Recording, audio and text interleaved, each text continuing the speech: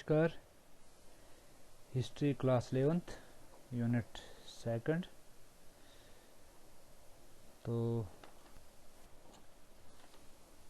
मैं Jagdish Kumar, qualification MA BEd, designation lecture in history, school HHS Nagchini, district Kishtwar, और unit second early cities है। और इसका पहला क्वेश्चन है, give a brief account of the causes which lead to urbanization in Mesopotamia। इसका answer है, there are several factors responsible for the growth of urbanization in Mesopotamia। तो बहुत से ऐसे फैक्टर्स थे जिसमें ऑर्गेनाइजेशन की ग्रोथ अच्छी होती थी।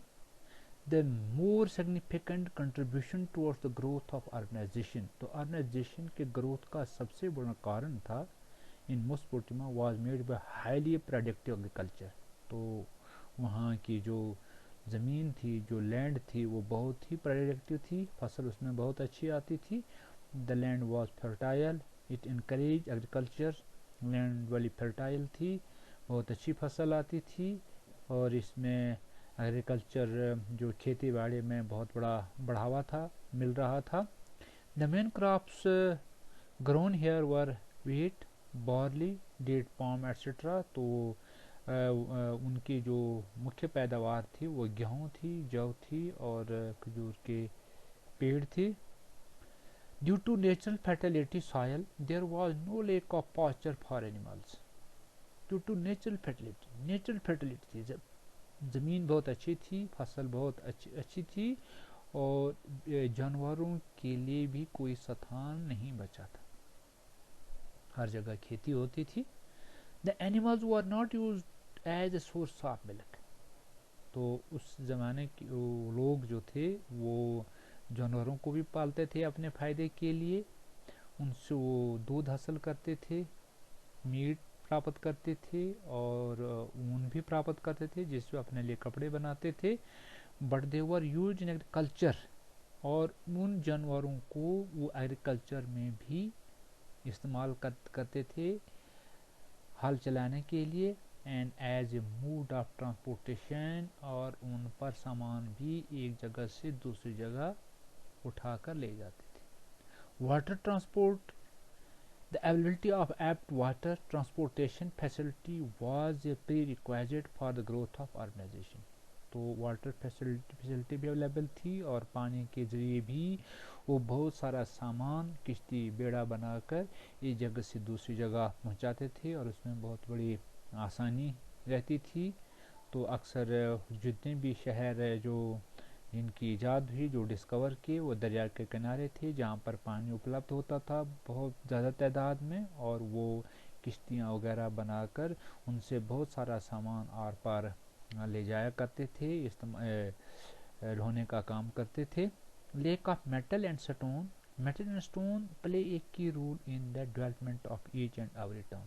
तो मेटल और स्टोन का इस्तेमाल उस समय हो रहा था। Metal was use for manufacturing several kinds of tool. तो मेटल से वो बहुत कई प्रकार के हथियार बनाते थे अपने इस्तेमाल के लिए। यूटेंसिल, बर्तन भी बनाते थे, गहने भी बनाते थे। Use of seal, the seal were used by the merchants to send their goods from one place to another safely. और उस समय सील का भी यूज़ किया जाता था। मर्चेंट, व्यापारी लोग जो सामान एक जगह से दूसरी जगह बेचते थे, तो उसमें सील का प्रयोग किया जाता था। वो सामान को पैक करके उसमें अपनी सील लगा देते थे, जिसमें से सलामत वो सामान एक जगह से दूसरी जगह पहुंच पाता था। The seal at that time use to manufacture the name of their owner, और उसमें उसका मालिक का नाम भी लिखा होता था। जो मंत्री थे, राजे थे, वो भी सील का इस्तेमाल करते थे। The military power, the king enjoyed supreme status in the Mesopotamia. तो मिलिट्री पावर, राजा के पास बहुत बड़ी पावर होती थी, वो सुप्रीम कमांडर होता था आर्मी का, फौज का, और बाकी एडमिनिस्ट्रेशन का भी, सोसाइटी का भी।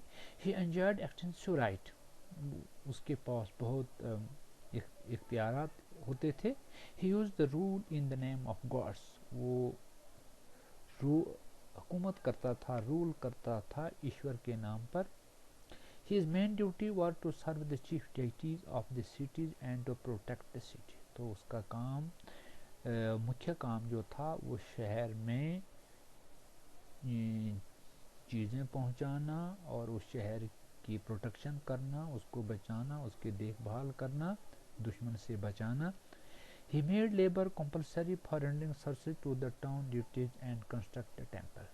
तो राजा जो था वो शहर के अंदर बहुत से मंदिर बनवाता था और उनकी देखभाल भी की जाती थी। The division of labour it is believed to the main factor behind the growth of the organisation. तो लेबर जो थी वो भी एक मेन फैक्टर था ग्रोथ का ऑर्गेनाइजेशन में, जो शहर में काम करते थे। The people of the town were not self sufficient, शहर के लोग सेल्फ सफिशिएंट नहीं थे, उनकी ज़रूरियात की सारी चीज़ें वो खुद नहीं कर पाते थे। They depend on each other for several kind of services. तो वो दूसरों पर डिपेंड होते थे और बाहर की चीज़ें वहाँ पर लाई जाती थी और उसका वो इस्तेमाल करते थे। तो इसी के साथ ये हमारा क्वेश्चन यहीं पर समाप्त